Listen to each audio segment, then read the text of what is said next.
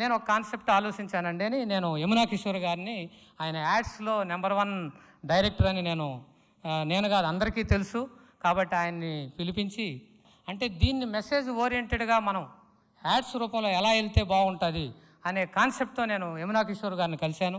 యమునా కిషోర్ గారికి చెప్తాను, ఆయన మంచిగా అద్భుతంగా ఒక స్క్రిప్ట్ని డిజైన్ చేసి స్టార్ట్ చేద్దాం సార్ అన్నారు.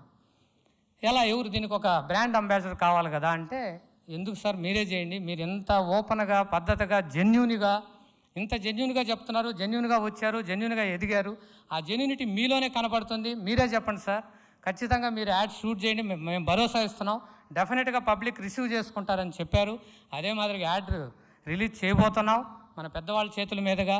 రేపు యాడ్ రిలీజ్ అయిన తర్వాత మీ రెస్పాన్స్, మీ బ్లెస్సింగ్స్, మీ యొక్క సపోర్ట్తో, మీ యొక్క రిసీవింగ్తో ఎలా ఉంటుంది అనేది మీ ద్వారా నేను తెలుసుకోవాలని ఉన్నానండి.